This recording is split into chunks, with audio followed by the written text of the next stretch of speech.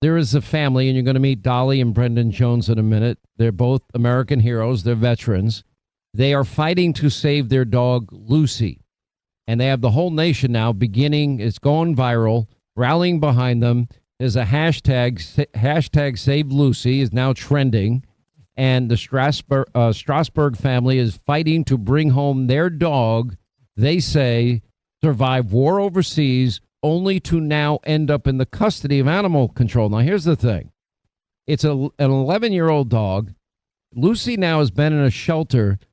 She was taken away over 3 weeks ago when some neighbor claimed that Lucy attacked them and complained that the owner did not comply with the, quote, requirements of Virginia's Dangerous Dog Registry. The dog has survived war, escaped ISIS. I mean, it's insane. And my understanding is the dog never even left the property. And Lucy has been more than just a family pet for Dolly and Brendan Jones. The Army vet says the stray dog found him while he was deployed overseas. Brendan Jones was an Arabic linguist in his time in the military. 9 years, they had no incidents with people. 9 years after arriving in the U.S., and Lucy underwent surgery to remove what was suspected to be cancer on her leg, and at that time was just groggy, confused, involved in an incident that led to her being declared dangerous. Okay, anyway, can we please let this dog free? Can we please let this family have their dog back? I think they deserve the benefit of the doubt. Anyway, Dolly and Brendan Jones are with us. Guys, welcome to the program. Thank you for your service, sir. You are a great American. I find this whole thing obnoxious, and it makes no sense to me, and I want you to tell people what they might be able to do to help you guys. Well, thank you, Sean. It's a great honor to be with you. You're a great American, and we have a pressure campaign against the county right now, and people can call that number. They can sign a petition to get Lucy freed back to us. This dog, as you said very well, I bonded with her in war over 10 years ago now. It was a miracle to bring her back, but we did it with the help of an organization called Puppy Rescue Mission. They're a great organization. Help soldiers bring dogs back from overseas, and everyone should support them. So we're hoping that her life be bookended by miracles, one to get her here and one to save her from the Islamic State, and one to get her out of the hands of our own state. Apparently this is, Dolly, I'll ask you this question. How are you dealing with this? And when I read the story about your son after Lucy was taken away, and it really broke my heart. Apparently this has impacted him the most. And I saw a beautiful letter. They actually printed it. And how your son loves Lucy. I love Lucy, right? And I'm so sorry that that this happened. And he's obviously heartbroken, apparently, and as are both of you. Yes, it's been heartbreaking for everybody. My son that you mentioned, he's our oldest. He does not remember, well, none of them remember a day without Lucy in their lives and in our home or out in our fields protecting our animals. So when they actually came and kidnapped her off our property, the kids were outside playing, and the cops came up and removed her from the field, put her in the car. It's been devastating for them. Like I said, they don't remember a day without her. They miss her asking questions to us if she's going to be put down. And we've not had these answers for them to honestly be able to tell them, no, Lucy will be safe. She's coming back, because we don't know.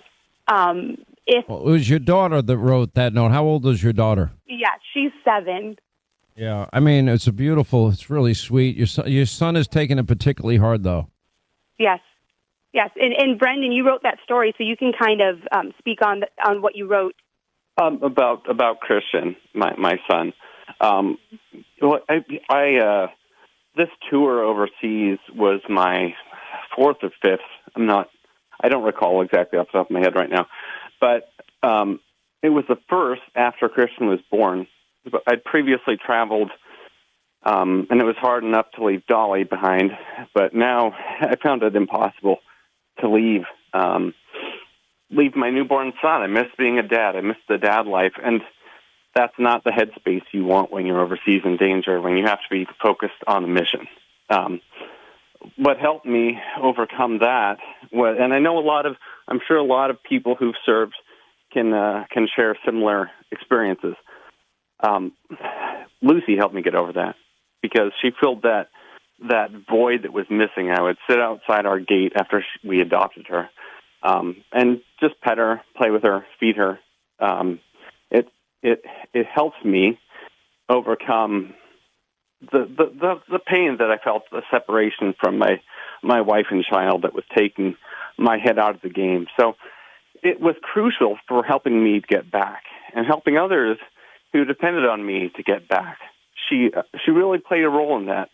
And so that's... Well, who is this neighbor that complained? Have you spoken to the neighbor? I mean, you don't have to give the person's name out. Have you said, can you please cut us some slack here? I'll make sure the dog never gets out. I promise. You have my word. And, can we have a second chance? Can you make that appeal? Well, this has been an ongoing campaign against our family for years. So before that incident with Lucy ever happened, we had moved into the neighborhood about a year prior. And within weeks of moving in, the complaint started. It really came down to our farm animals. Before Lucy was even part of what has now happened, the first year we lived here, we had over a dozen police visits. We had been taken to court 4 times over our animal sounds. And so when that incident with Lucy happened, that really was the weapon they needed to wield against us, to have kind of a legit reason to get to us. But for a year prior to that, they had been using the law and using the courts to intimidate us and to bully us and to try to push us out of this community already. So we tried to speak with these neighbors. I've been in communication with them, and I would invite them over to get to know the animals, to get to know our dogs and the farm, and it really didn't serve a purpose. So I thought I read, and let me ask you, Dolly, I thought I read that Lucy never left your property. Is that true? That's absolutely true. Yes. And Brendan, you had her on the leash. So on the incident that occurred, this is not the incident where she was after surgery a year earlier. The incident that precipitated her seizure by animal control. I took her outside to do her business in the morning, as I always did, every day. She was on a leash. She'd been declared dangerous. I was trying to live up to the ordinance and the requirements of the ordinance. I didn't agree with the declaration that she was dangerous, but I was trying to do my best to live up to it. What happened on that morning was Lucy stopped. I don't know if she was sniffing something. I don't know if she wanted to go to the bathroom, but she tugged one direction as I was walking the other, and it was a freak collar mishap, as you said. It slipped right over her head. Couldn't have been anticipated. What I was left with was holding a leash with a collar attached. Lucy suddenly was free, and she saw a passerby on the road. Now, she has a bark response. She will bark at people. She doesn't bite, but she does bark. So she trotted out into our yard and started barking at this neighbor, this passerby. After a few seconds of chasing after her, I had her under control, and I put the collar back on her. It was all on your property, that right? Yes. You got to be kidding me. I mean, I have a neighbor, and they have a cute dog. One day, I had a sliding glass door, and in comes their dog. And I'm like, I enjoyed the moment. It was awesome. And I pick up the dog. I bring the dog back to their house. I've said, oh, look what I found. They're like apologizing profusely. I'm like, no apologies. This dog is welcome in my house anytime. The dog went to the bathroom in my house. I wouldn't care. Why do people care about barking? I don't understand. I have a similar story where a neighbor's dog came in and stole some hot dogs off our counter. And same thing, I walked the dog back, and I can't imagine how a neighbor could treat somebody like this over a barking dog or over the sounds of chickens or whatever. it's been insanity living like this for 2 years. And so Lucy finally being taken was really the straw that broke the camel's back. And we just decided we have to fight, just for rights to exist on our own property without fear of something like this happening. Quick break, right back. We'll continue more with Dolly and Brendan Jones. We'll tell you how you can help this family out, and that means getting their dog back. It's unbelievable. Help save Lucy. More on the other side. Your calls also coming up, I promise. 800-941-SEAN, our number as we continue.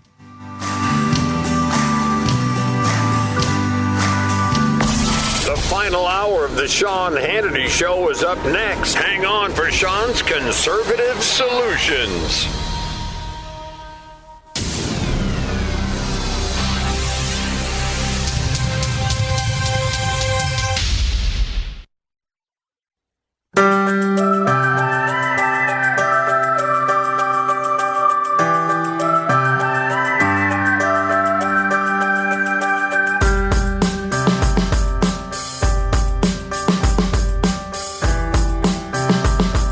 We continued. Dolly and Brendan Jones, they are both vets. They're both American heroes.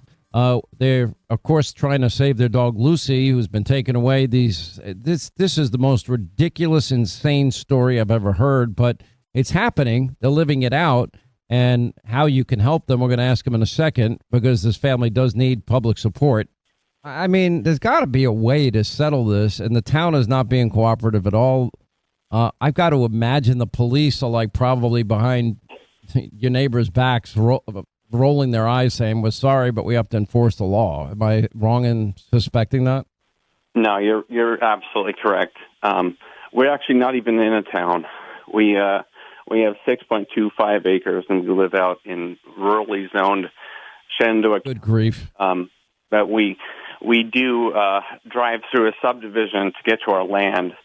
And that's been the source of the issues. These people want a different type of life than we are living in the country. They don't want animals. Well, let me ask you this, because I'm running out of time. I'm looking at the clock, and I want to make sure how can people best help you? Well, there are a couple of things that people can do. I mentioned the petition. I mentioned I mentioned the pressure campaign against the Commonwealth attorney, the DA. We also have a Give, Send, Go campaign set up, and it's been amazing to see. We're going to be setting up a website. They can follow us on X. We want to set ourselves up as a resource for people who may be going through this in the future. I have a small account on X. I only have a few thousand followers, but I've been having 1 million views on my page a day in the last several days. God's given me this platform, and I need to put it to you. So let me be your voice. If you don't have a voice and you're going through something like this, your dog has been labeled dangerous, the dangerous dog ordinance. Well, let me help you out, because I know what we can do. Again, if you want to help out Dolly and Brendan Jones, you can help them. Call the Shenandoah County's Commonwealth Attorney's Office and be polite. I always tell people when they call, please be polite, be respectful. It's been 5 weeks. Enough is enough. We'll give the number out. It's 540-459-6129. All right, we'll put it on my website, Hannity.com. And if you want to contact Brendan Jones, it's at Jones Brendan with an M, at Jones Brendan with an M on X, and you can follow his account, and I suggest you all follow it. We will update the story soon. Our prayers are with you and your family, your two precious children, and I'm so sorry y'all are going through this, and I hope that we have a quick resolution and Lucy gets home where she belongs. I want to thank you both for being with us. Yeah, thank you so much for having us. This is an honor. I appreciate you both. Thank you for your service as well. Listen, there are situations where only one option to protect yourself, your life, your family's life will work, and that is lethal force.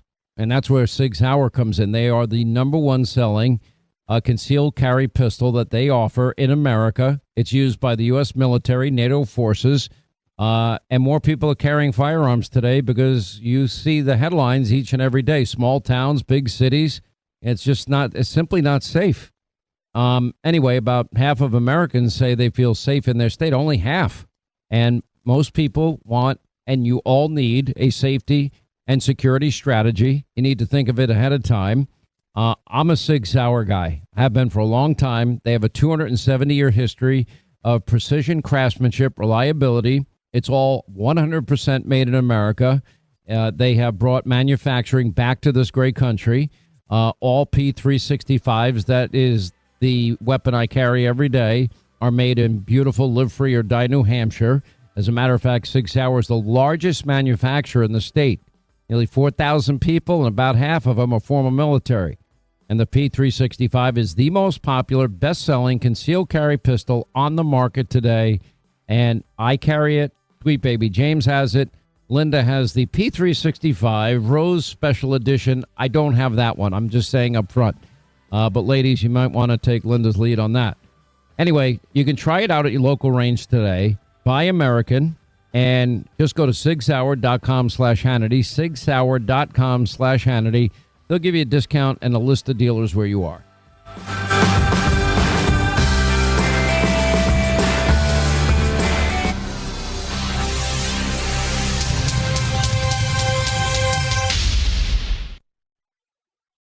All right, I got a question. Is the next silver bull run here? Why am I bringing this up? Oh, let's see. Oh, Bank of America. They're predicting that silver will reach $309 an ounce. Wow. I mean, nobody ever expected that. That's a lot of money. Now, major banks, by the way, they don't usually predict this kind of thing, this jump in precious metals, but these are very interesting times we're living in. And this is the thing about silver. I mean, if you look at gold and silver in this case, it is a safe haven asset. It is critical for what we're now building. For example, building out AI, building out electronics, building out, wireless vehicles, whatever it is. Now, if you have at least $50,000 in your retirement account, this may be the perfect moment for you. I like silver in particular. I actually bought more silver in my life than gold, but I like them both. They're both safe haven assets. The thing about our friends at Goldco, and they will sell you gold and silver. And here's what they want. They want informed, educated investors. That's why they will give you for free their gold and silver investment kit. And it's great information. They want informed investors, and you can learn about their special 10% offer. It's a 10% in free gold or silver, just for getting started. That's not a bad deal. Anyway, you can click it right there. You'll see a link right there in the description. You can learn more, or we have a special website set up. Just go to HannityGold.com. HannityGold.com. They're predicting $309 an ounce for silver. And get your free kit from Goldco and take advantage of that 10% deal. That's a pretty good deal. And I'll talk to you later.